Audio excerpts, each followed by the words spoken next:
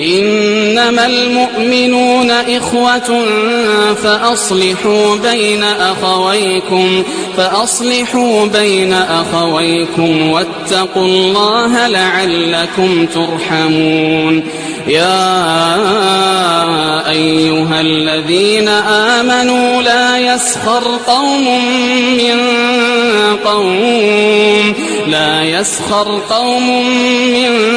قوم عسى أن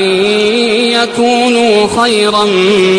منهم ولا نساء من نساء عسى